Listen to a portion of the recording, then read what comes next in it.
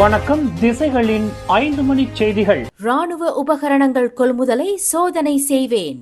ராணுவத்தினால் கொள்முதல் செய்யப்படுகின்ற அனைத்து உபகரணங்களும் உயர்தரம் வாய்ந்ததாகவும் நாட்டின் பாதுகாப்பு தேவைகளை பூர்த்தி செய்வதை உறுதி செய்வதாகவும் இருப்பதற்கு அவற்றின் கொள்முதலை பரிசோதிக்கப் போவதாக மாமன்னர் சுல்தான் இப்ராஹிம் சூளுரைத்துள்ளார்.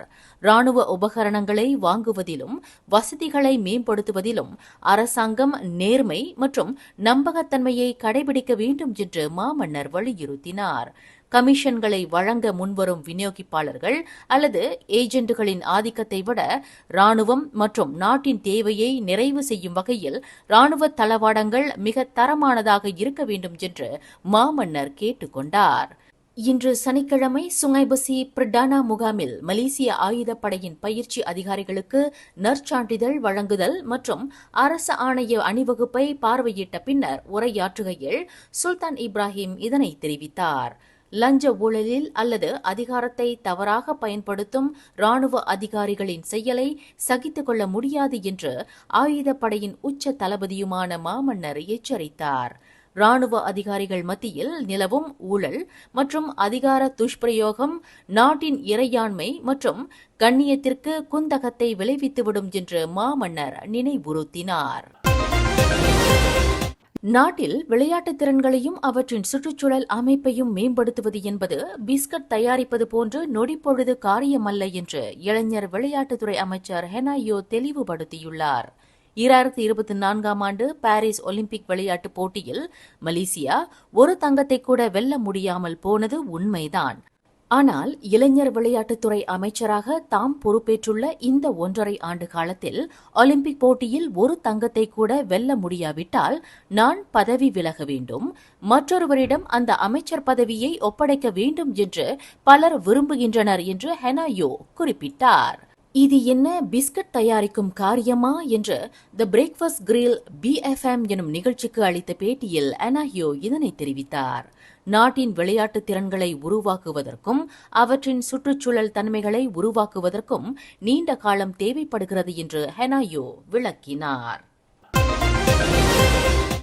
ஜொஹோர் மக்கோத்தா சட்டமன்ற தொகுதி இடைத்தேர்தலில் பரிசா நேஷனல் சார்பில் போட்டியிடவிருக்கும் வேட்பாளர் முடிவு செய்யப்பட்டுவிட்டதாக அதன் தலைவர் டத்தோஸ்ரீ டாக்டர் அஹ்மத் ஜயீத் அமீடி தெரிவித்துள்ளார்.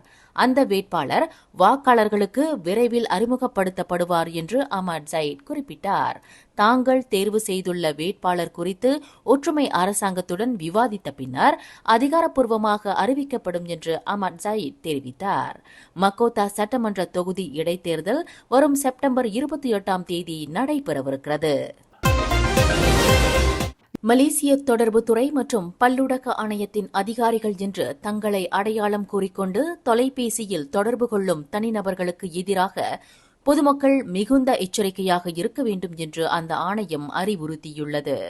SKMM எனப்படும் மலேசிய தொடர்புத்துறை மற்றும் பல்லுடக ஆணையத்தின் எந்தவொரு அறிவிப்பும் தகவலும் அந்த ஆணையத்தின் அதிகாரப்பூர்வ சமூக ஊடகங்களின் வாயிலாக மட்டுமே மேற்கொள்ளப்படும் என்று அந்த ஆணையம் இன்று வெளியிட்டுள்ள ஓர் அறிக்கையில் தெளிவுபடுத்தியுள்ளது.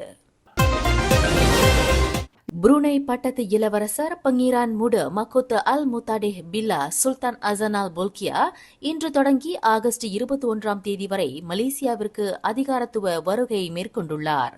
புருனையின் பிரதமர் துறை அலுவலகத்தின் மூத்த அமைச்சரான அல் முத்தாடே பில்லா தமது துணைவியார் பங்கீரான் அனா இஸ்திரி பங்கீரான் அனா சாராவுடன் மேற்கொண்டுள்ள இந்த வருகையில் அவர்களின் அரச புருனை விமானம் இன்று காலை 11:50 மணியளவில் சுபாங் மலேசிய ஆகாயப்படை தளத்தில் தரையிறங்கியது.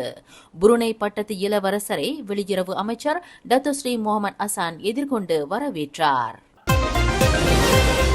கிளாந்தான் குவமுசாங் நாடாளுமன்ற தொகுதிக்கு உட்பட்ட நங்கிரி சட்டமன்ற தொகுதி இடைத்தேர்தலில் 80 விழுக்காட்டிற்கும் கூடுதலாக வாக்கு பதிவாகியிருப்பது ஆச்சரியத்தில் ஆழ்த்தியுள்ளது.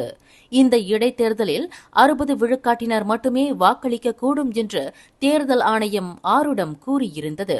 ஆனால் 80 விழுக்காட்டிற்கும் கூடுதலாக வாக்குகள் பதிவாகியிருப்பதாக தேர்தல் ஆணையம் கூறுகிறது. இடைத்தேர்தல் முடிவு இன்று இரவு 9 மணிக்கு வெளியிடப்படும் என்று எதிர்பார்க்கப்படுகிறது. மாது ஒருவர் பயணம் செய்த கார் சாலையை விட்டு விலகி மரம் ஒன்றில் மோதி விபத்துக்குள்ளானதில் சம்பவ இடத்திலேயே மாண்டார். இச்சம்பவம் நேற்று மாலை 6:40 மணியளவில் ஜொஹோர் கொத்ததிங்கி பண்டார் துங்காராவில் ஓர் எண்ணெய் நிலையம் அருகில் நிகழ்ந்தது. சாலை வளைவு ஒன்றில் வேக கட்டுப்பாட்டை இழந்த புரோத்தான் வீரா காரில் பயணித்த 40 வயது மதிக்கத்தக்க மாது காரோடு மரத்தில் மோதியதில் தலையில் பலத்த காயத்திற்கு ஆளானதாக பண்டார் துங்காரா தீயணைப்பு மீட்புப் படை செயலாக்க கமாண்டர் மஸ்னவி வர்ஜின் தெரிவித்தார். காரில் இருந்து அந்த பெண்ணின் உடலை மீட்பதற்கு சிறப்பு சாதனங்கள் பயன்படுத்தப்பட்டதாக அந்த அதிகாரி குறிப்பிட்டார். மேலும் செய்திகளை தெரிந்து கொள்ள கீழே இருக்கும் பெல் பட்டனை அழுத்துங்கள். உங்கள் மகிழ்ச்சியை வெளிப்படுத்த லைக் மற்றும் ஷேர் செய்யுங்கள். தொடர்ந்து திசைகளோடு இணைந்திருக்க சப்ஸ்கிரைப் செய்யுங்கள்.